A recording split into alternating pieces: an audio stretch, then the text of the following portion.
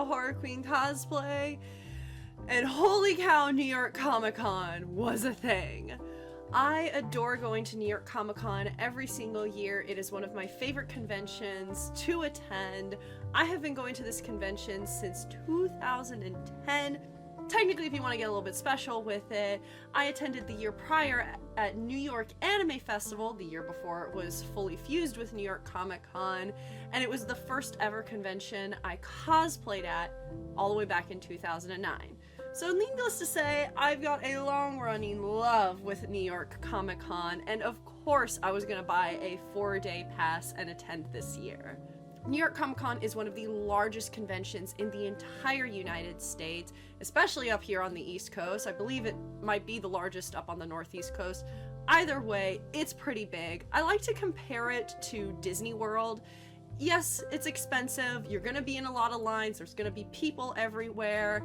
You can't do everything in a day, but if you have the means to do so, I highly recommend doing it at least once. It's definitely one of those bucket list kind of conventions that are worth attending at least once, like San Diego Comic-Con, Dragon Con, Anime Expo, these really, really big cornerstone nerdy conventions in the United States. And I'm very fortunate to be able to attend every year. And you know what? I want to talk about it this year because holy cow, stuff happened. And also hopefully maybe give you guys some tips if you are looking to attend New York Comic Con in the future yourselves. One of the big things about New York Comic Con is tickets are not something that you really should be thinking about last minute. Typically they start their sales up in May and they do multiple sales out of the year. So if you're thinking about attending New York Comic Con, start doing your Googling now. Follow their socials, get on that email newsletter, make sure that you're going to be keeping an eye out for all of the information involving tickets, because it is always a little bit tough whenever I tell people, oh, I'm going to New York Comic Con next month or next week, and they go, oh, can I get a ticket? Sometimes, if you're lucky, Thursday or Sunday badges might not be totally sold out, but if you want to get that Saturday badge, ooh, be prepared to fight some people and be prepared to plan ahead. As you can tell, I am also a cosplayer and I cosplayed all 4 days. Whew, which definitely adds to the exhaustion level, but makes it so much more fun and worthwhile. You don't have to cosplay to attend New York Comic Con, but it definitely adds to the experience as well, and there is so much creativity from people who spend years and months of their time working on their costumes to somebody who maybe just grabs a piece of cardboard and writes a funny sign. Either way, you're welcome, and I love, love, love to see what everybody brings every year. It's one of my favorite conventions to just stand in one spot and people watch. It's a lot of fun. So let's kick this off by talking about Thursday of the convention. Thursday is honestly one of my favorite days to attend because it is the most low-key. That is the best day to do any sort of shopping or hang out and do anything at any of the booths if there's a specific experience that you want to do. There's a couple gaming companies that will do demos for games, such as Bandai had a demo for the new Little Nightmares game coming up. By the way, I'm really bad about taking B-roll or just footage at conventions in general. So as a result, most of my footage is just crowd shots, most of it even being on Thursday before it got really, really crowded. I'm the kind of person that I usually aggressively yell compliments at people and their cosplays, but I forget to take pictures and videos because I'm so in the moment. So apologies about that. I get so excited. But there's plenty of stuff to do, and like I said, Thursday is usually my comfiest cosplay day and my most let's do all the activities kinds of day. I cosplayed as Pearl from the T West movie Pearl. I absolutely adore me a good horror movie, especially a good female character out of a horror movie. I don't have a lot of footage of the dress, but it was made with some simple cotton fabrics, lace trims, and a modified Dorothy pattern from The Wizard of Oz. If you guys want me to do a video breaking down how I made this particular dress, or just how to play around with simplistic dress designs and zhuzhing it up with lace and things like that, please do let me know in the comments below. I always love knowing exactly what you guys are looking for out of me. It definitely helps me plan these videos out. Regardless, it was a super comfortable costume to wear, and I was pleasantly surprised that a lot of people loved and recognized the character. It is, yes, an iconic movie that just hit Netflix, but I hang out with a lot of normies who, when I would tell them what I was cosplaying, they're like, what movie? So don't mind me there. So needless to say, I was very, very excited that it was such a well-received costume, and I got to run around the convention having fun. I went to this convention with my friends Ghost Girl Productions, Revan, and Cozy Monkey Cosplay. Ghost Girl was with me all 4 days, and Revan and Cozy Monkey were with me on just different days. I love attending this convention with friends and having a good time with them, so that just adds to the excitement. It's also very interesting to see how the Javits Center is utilized and updated every single year. There were definitely a lot more food carts and a few bar carts as well, which definitely makes things easier. It was not hard to get food or to find a place to rest despite how crowded it was. They always do have food trucks in what we love to call the tunnel, but there were also a lot more stands inside, which made it very easy for me as somebody who has low blood pressure, and if I don't eat, there's a good chance I might pass out. So felt like I was very well taken care of at this convention. So I spent that day just mostly getting myself a lay of the land, walking around. I didn't really end up buying anything at the convention other than the sick 2024 t-shirt. There just wasn't much that leapt out at me. I'm definitely an overspender, especially at conventions, and this past year I've been trying to be a little bit better about only purchasing stuff that I feel like I have to have and could only get at that convention. So while there was a lot that I definitely was interested in, I was really trying to be mindful of my money, especially since I had to take public transportation all 4 days and pay for food and all of that, which can definitely put a damper on a budget. Regardless, I'm still very happy with this t-shirt. It's very cute. I always try to make sure I get a New York Comic Con t-shirt every year, especially one with a year on it. Last year I got a free t-shirt from the Winx Club booth, so this year I felt like the cute little Monster Bodega shirt was a good vibe, and I'm very pleased with it. One thing that also makes New York Comic Con very special is that they have a dedicated cosplay area on the 4th floor. They have everything from a Mayron makeup booth to Padawan training to cosplay aerobics, as well as booths with well-known cosplayers such as Yaya Han and Cowboy Crunchies. They have cosplayers hosting panels and workshops, and also changing booths for those that need to get changed at the convention. It's a lovely little area that always shifts every year. One year they'll have sewing machines, another year they'll have photo backdrops, and they always, of course, have booths dedicated to some of the local cosplay groups, such as a Ghostbusters group that helps with charity stuff where you can make slime. Either way, it's a nice little spot dedicated to cosplayers that I really do love and makes this convention very special. While I have been to San Diego Comic-Con, that was a very long time ago, back in, I want to say like 2015, 14, I can't even remember. So I can't really speak to other large-scale conventions and whether or not they have spaces like this. Either way, it's something that I'm really glad that New York Comic Con has dedicated over the past few years and have clearly made an effort to update and shift around every single year to just provide a nice community space. Whether you're a cosplayer or you're somebody who's interested in cosplay and want to become a cosplayer, or you're a family that loves Star Wars and wants to have your kid train with a Jedi Master. Either way, I love it. Friday of the convention, I dressed up as Lady Wilhelmina from Dragon's Dogma 2. Dragon's Dogma 2 is one of the newer Capcom releases of the year. The lovely people at Capcom gave me a free copy, and I played around a little bit on stream, and ended up playing a lot in my spare time. Not only does it have an absolutely fantastic character creator, I fell in love with Lady Wilhelmina. I have a soft spot for sexy, beautiful video game ladies, especially ones draped in red and purple and all of that. Just everything about her was great. I went through her side quest line and romanced her as well in my playthrough. Oh, love, love, love her.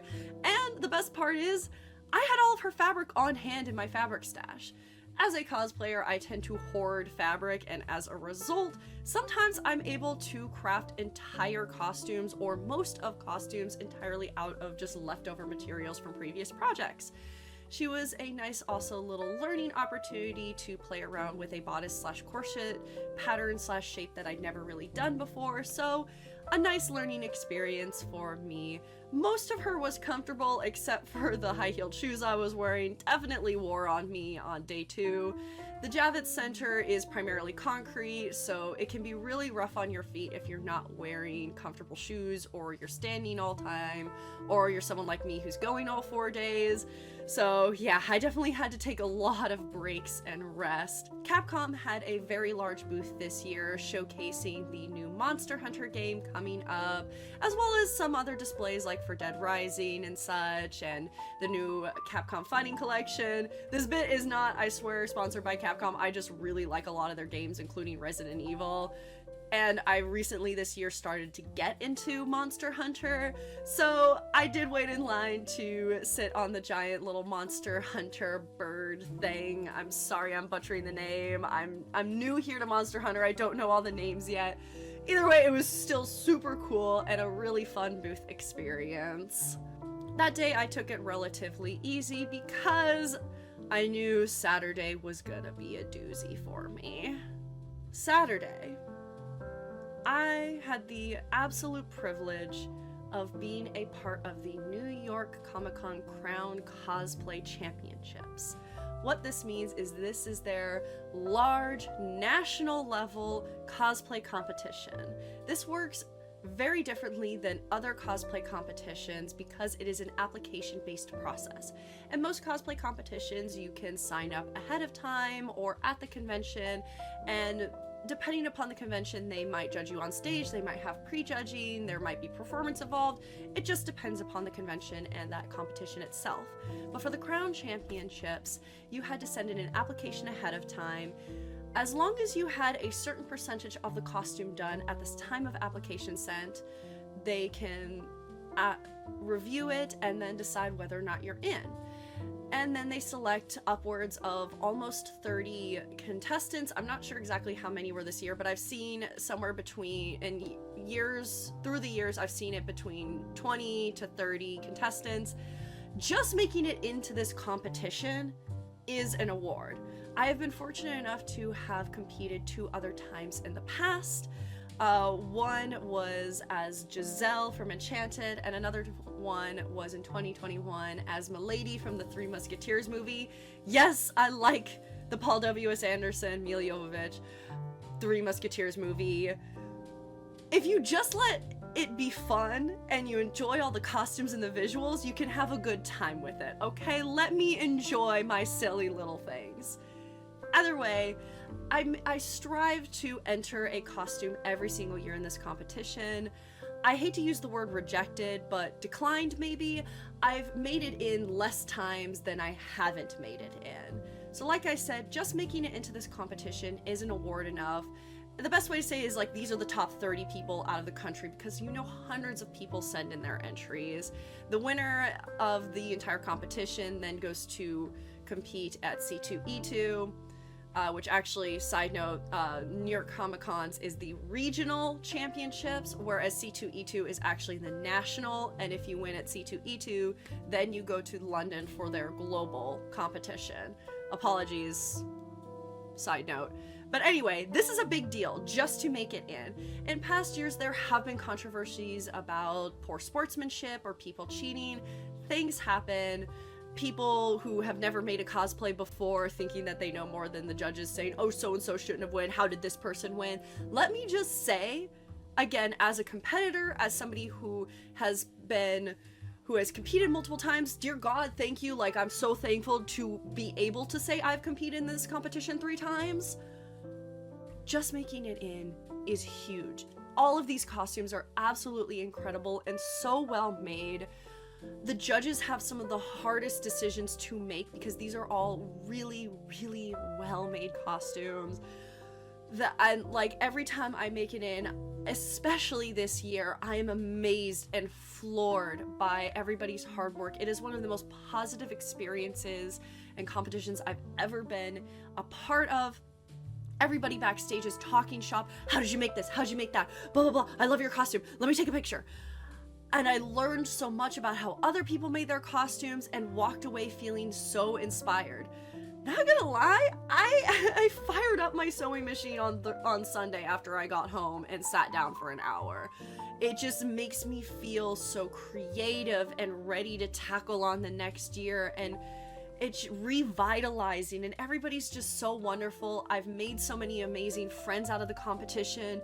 I was fortunate enough to know 5 friends already who made it in going into that comp, so to be backstage with people that I know and cheering them on, especially really close cosplay friends, just warms my heart.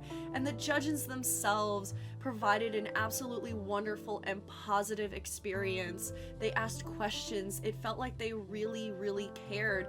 And yeah, I didn't walk away with an award. No. But because I had such a good experience with it, that doesn't matter. That makes me happy and satisfied enough as is.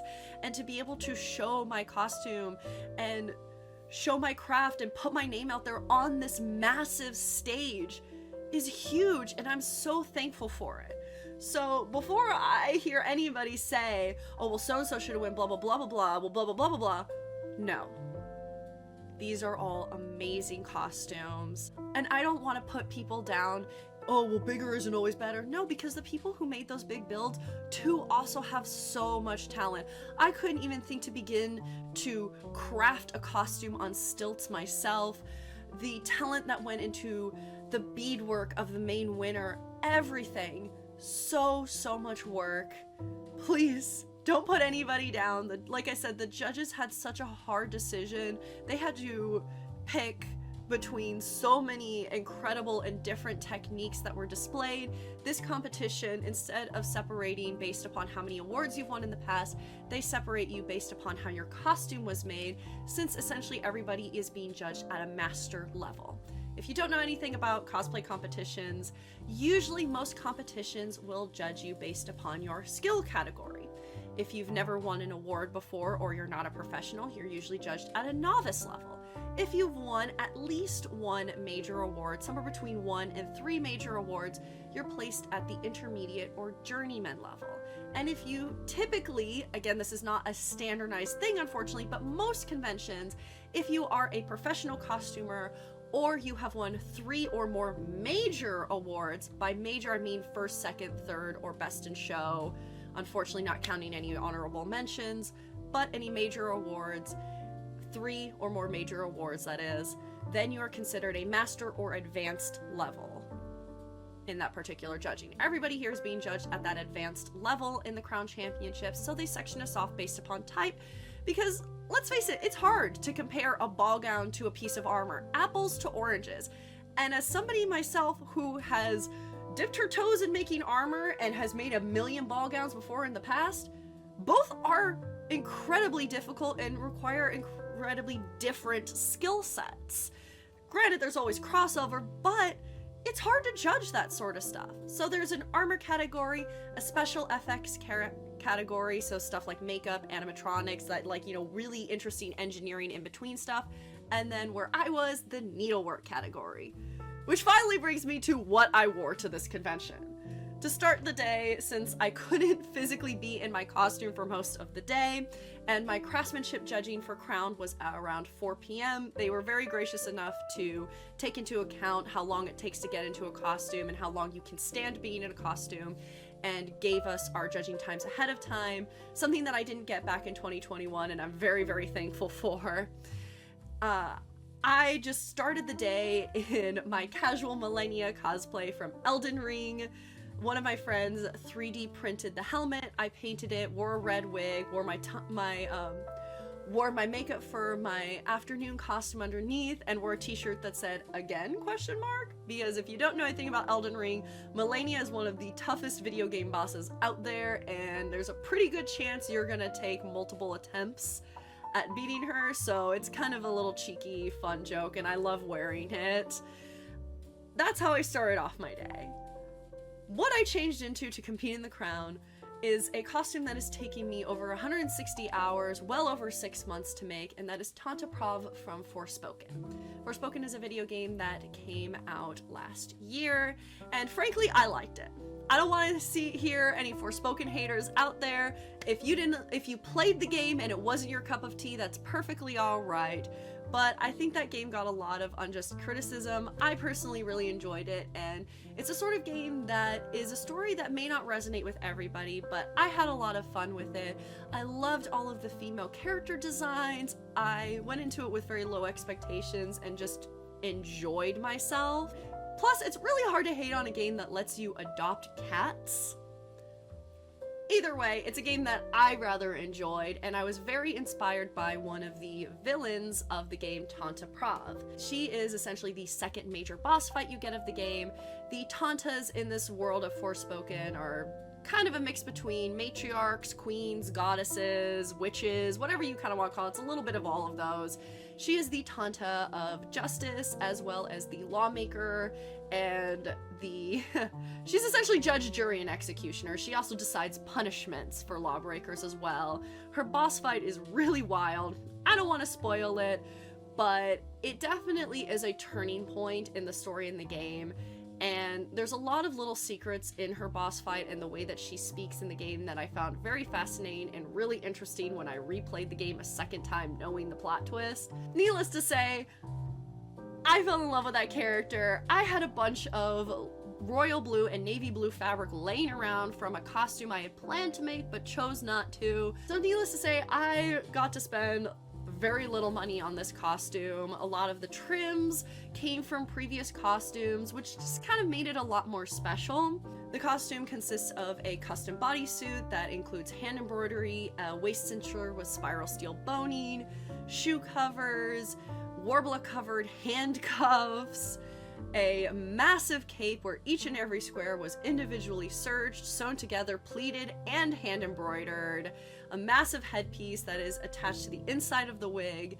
It was a huge project that really, really tested me in terms of engineering and figuring out how to translate something that is so otherworldly and could not exist in real life and then putting it to real life. Whew, wow, she was something, and God bless my friends for taking care of me in this costume. Cosplay handlers are the unsung heroes. They allow us to have at least one cosplay handler backstage for the crown, so chef's kiss to Cozy Monkey Cosplay for taking care of me backstage and during my judging, and thank you Revan for helping me get dressed, and thank you Ghost Girl Productions for also cheering me on. I love you so much, boo. All my friends. I seriously wouldn't be able to do this without my friends, and I cannot thank them enough. Seriously, thank your cosplay handlers today. Buy them some chicken nuggets, because they deserve it. It just is such a wonderful and beautiful experience, and if you're a cosplayer, I highly recommend just sending in an entry, working on a costume, aspiring, maybe making that your craftsmanship goal to aspire to just get there. And if you're somebody who ever makes it on that stage, be grateful, because it is incredible. And if you're somebody who doesn't cosplay and just want to watch, please cheer us on. They added a crowd picking award where the crowd can pick a favorite. That went to an incredible Dame Aylin cosplayer. Everybody was so talented. Like I said, I walked away feeling inspired and happy, which leaves us to Sunday. Unfortunately, Sunday I was absolutely dead tired. I could not handle being there very long, unfortunately. My feet were shot, even though I chose to wear really comfy cosplay and accurate sneakers. I still could barely barely handle most of Sunday. Sunday is also family day, so if you're somebody with a child, they, I believe, have free or discounted tickets to children of a certain age, and a lot more family-friendly programming, which is really, really lovely. I had bought a meet and greet. I usually am not somebody who goes for autographs and such like that with celebrities for conventions, but I like to treat myself to a photo op meet and greet every single Comic-Con just as like a little treat, and I prefer to take a photo with the celebrity as opposed to doing the autographs. While yes, you get less time with them, it just feels like a much more memorable experience and something cool to hang on my wall. For example, one year I got to meet Brendan Fraser as Nyx from Hades. Such a lovely, lovely man and wonderful experience. I believe, yeah, this was like 2022. He was great. He chose to do that pose. He was so sweet. This year, I met Neil Newbon, who most people know as the voice actor for Astarion, but he's also in Detroit Become Human and several characters in Resident Evil. Needless to say, he's in a lot of video games that I love. Such a lovely experience, great photo. I cosplayed Sister Lidwin from Baldur's Gate 3. There's a lot that I want to fix up on this costume, but I'm very, very proud of her. Baldur's Gate 3 has been an obsession for me all year. I didn't get to play it until December of last year / January of this year, so I'm very late to the Baldur's Gate 3 train, but happy to be here. I also spent a lot of the convention just running into old friends and socializing with people. The socialization aspect is one of the main reasons why I keep coming back to New York Comic Con, aside from all the cool experiences like meeting Neil Newbon and others. Just seeing friends and taking pictures and gushing over everybody's cosplays is more than enough for me. Other people may go for shopping, others might go for panels. I'm not usually one to attend them, but they always seem really fun. Like I said, it's impossible to do everything at New York Comic Con, but as long as you're finding ways to do things and find your fun, go with friends or meet new people, as long as you're getting what you can and enjoy out of the experience, that's what matters. It might not be a con for everybody because yes, it can be incredibly overwhelming, but it's really fun, at least for me, and something I recommend if you have the means to be able to attend at least once, even if it's just for one day. With that, thank you so much for watching this silly little video where I talk about my experience. I'm definitely enjoying making more and more of these sum up videos and talking about my experiences in conventions because I've been cosplaying since 2008 and attending conventions since that time period too. While, again, my first cosplay at a convention itself wasn't until 2009, I've seen conventions evolve over the years, and I've been so fortunate enough to be able to attend them and compete and have wonderful experiences. I love chatting about them. So please, if you were at New York Comic Con, let me know. Did we cross paths? Did we see each other? Did you see me in a distance? Did I see you in a distance? Did you not even see me, but you had a fun time anyway? Talk to me about it. And I hope that if you attended this year, you had as much fun as I did, and if you want to attend, I hope that some of this can be great advice for you. Always be prepared, drink lots of water, pack some snacks, wear some comfy shoes if possible. Hell, I even brought a foldable stool that could let me sit down whenever I wanted, and it was a godsend. But yes, thank you so much for watching this video. I have one last convention for this year, and that is Anime NJ coming up in November. I wanted to get this video out really quick beforehand, so I'm also going to be a cosplay guest there, so that'll be really fun. But yes, definitely expect lots more convention videos from me. I want to also make more crafting based experience videos, so if you guys want me to talk about how I made certain costumes or tackled certain cosplay competitions, tips, tricks, however, please do let me know. Thank you so much for joining me, and maybe I'll see you next year at New York Comic Con. Bye!